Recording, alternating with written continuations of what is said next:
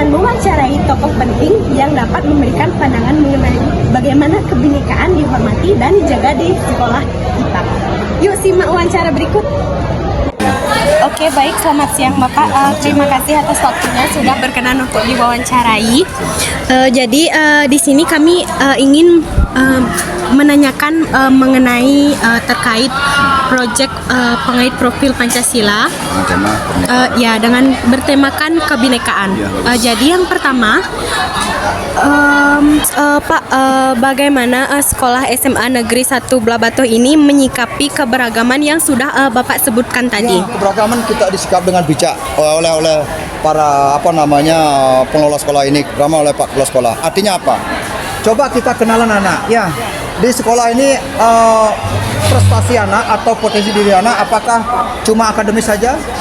Tidak. Ada non akademis?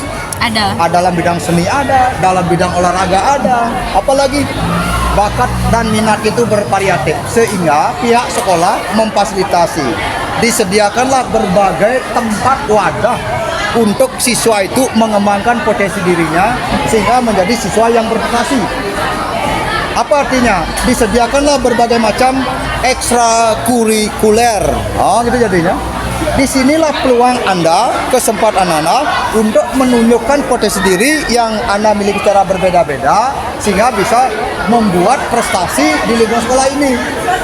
Makin beragam kita, ya, udah makin beragam kita, maka peluang untuk prestasi makin bagus gitu anak-anak. Coba ini, seperti Uyan misalnya, dalam bidang misalnya basket misalnya, itu kan basic kemampuannya karena ingin membina, menjaga disiplin dirinya sehingga nanti punya harapan untuk masa depan seperti apa nanti gitu jadinya. Ya, seperti itu. Selanjutnya difasilitasi semua ekstra itu. Di sinilah peluang anak untuk mengembangkan prestasi untuk dilakukan oleh anak tersebut. Nah ini, misalnya contoh yang jago misalnya silat, di olahraga, jago sepak bola, di sepak bola, jago pidato, di ekstra pidato. Semua itu ada lininya anak. Yang pintar nari, ekstra tari, dan lain sebagainya. Drum band dan sebagainya itu jadinya. Maka Pak kalau baca ya, jumlah ekstra di sekolah kita paling banyak anak-anak. Kalau kita lihat itu, ya itu ya. Itu artinya peluang apa? Anak itu artinya diperhatikan dengan serius oleh pihak sekolah supaya betul-betul makin bisa menumbuhkan prestasi yang lebih unggul lagi. Contoh, makin miskin keberagaman maka makin kecil juga peluang untuk prestasi. Makin kaya keberagaman peluang untuk prestasi makin tinggi. Seperti itu saya kira ya. Itu intinya. Ya ada. Pesan apa yang dapat Bapak sampaikan kepada siswa Blasman supaya menjaga kebinekaan? Ya, pesan Pak untuk anak-anak Blasman drama untuk kelompok ini yang mendapatkan tema tentang kebinekaan di tugas proyek itu. Pesan saya satu, jagalah stabilitas ego Anda. Sebab kita semua makhluk individu punya ego. Ego itu adalah ciri kepribadian. Tidak ada manusia tanpa ego. Pak punya ego, anak-anak semua punya ego. Jaga stabilitasnya.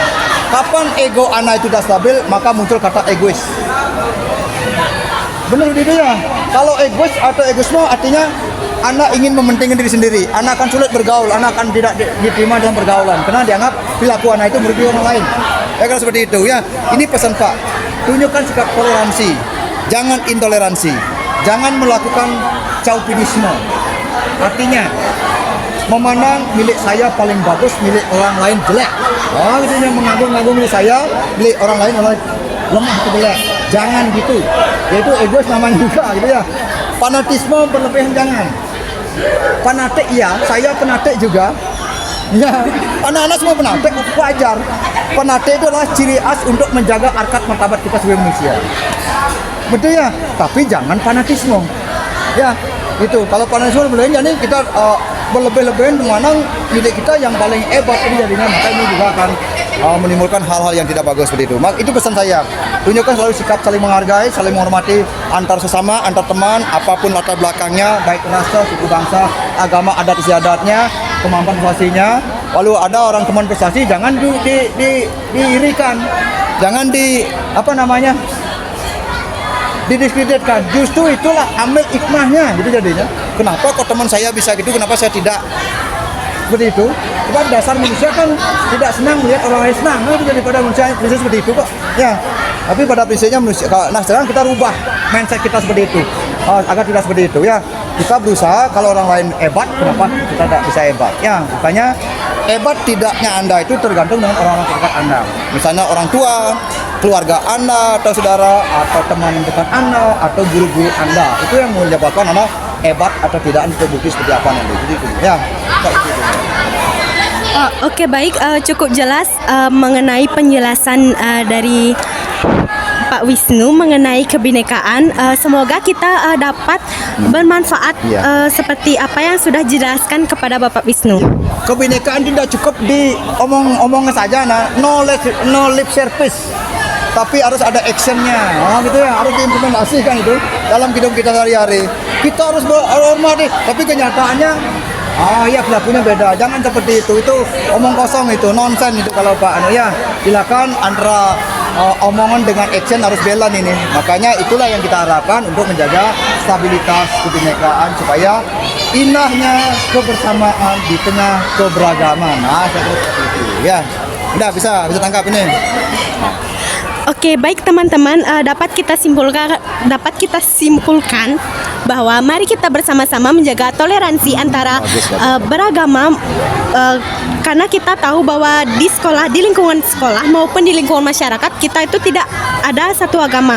Pasti kita berbeda-beda beragama maupun suku, budaya, ras. Nah, oleh karena itu mari kita bersama-sama persatuan kita ya supaya NKRI semakin kuat. Gitu jadinya. Ini NKRI ini bukan anak-anak ya, anak-anak semuanya.